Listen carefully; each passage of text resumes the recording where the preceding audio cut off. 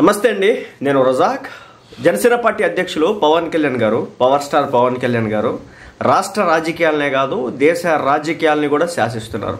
మీరు అడగవచ్చు, దేశ రాజకీయాలని పవన్ కళ్యాణ్ శాసిస్తున్నారంటే ఎస్, అవును.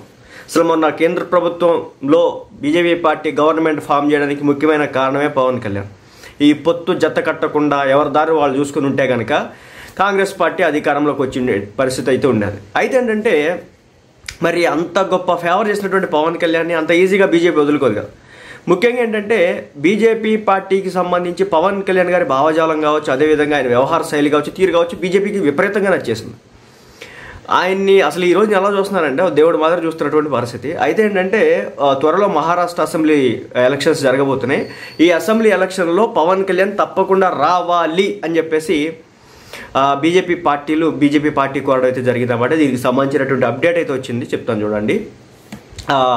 మహారాష్ట్ర అసెంబ్లీ ఎన్నికలు ఈ నెల 20 జరుగుతూ ఉన్న విషయం తెలిసిందే. ఈ నెల 20వ తారీఖు, అంటే ఈరోజు 13 కదా, ఈ నెల 20వ తారీఖు అక్కడ అసెంబ్లీ ఎలక్షన్స్ అయితే జరుగుతున్నాయి అనమాట.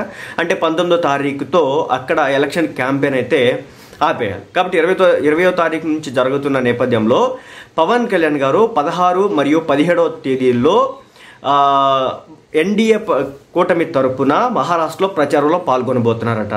ఆ రాష్ట్రంలోని పలు ప్రాంతాల్లో పవన్ కళ్యాణ్ పర్యటించబోతున్నారు. ప్రచార సభల్లో పాల్గొని ప్రసంగిస్తారు. ఆంధ్ర రాష్ట్ర మంత్రి నాదెండ్ల మనోహర్ కూడా పవన్ కళ్యాణ్ గారితో ఉంటారు. బీజేపీ పెద్దల ఆహ్వానం మేరకు మహారాష్ట్ర ఎన్నికల ప్రచార సభల్లో పాల్గొనబోతున్నారు.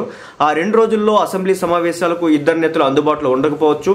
మహారాష్ట్ర అంటే మనకి అసెంబ్లీ సెషన్స్ వచ్చేసి ఈ నెల 11వ తారీఖున స్టార్ట్ అయినాయి కదా, ఈ నెల 21వ తారీఖు 22వ తారీఖు వరకు వీటిని చేయబోతున్నారు అన్నమాట. కాబట్టి 16, 17 తేదీన పవన్ కళ్యాణ్ గారు, నాదెండ్ల మనోహర్ గారు మహారాష్ట్రలో అక్కడ స్పీచ్లు ఇవ్వబోతున్నారు అనమాట. మహారాష్ట్ర ఎన్నికల ప్రచార సమయం తక్కువగా ఉండడంతో పార్టీలన్నీ ప్రచార సభలతో హోరెత్తిస్తున్నాయి. ఇప్పటికే మేనిఫెస్టో విడుదల చేశాయి.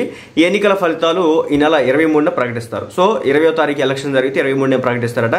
మొత్తానికి అయితే మహారాష్ట్ర అసెంబ్లీ ఎన్నికల ప్రచారానికి జనసేన పార్టీ అధ్యక్షులు పవన్ కళ్యాణ్ గారు అయితే వెళ్ళబోతున్నారు.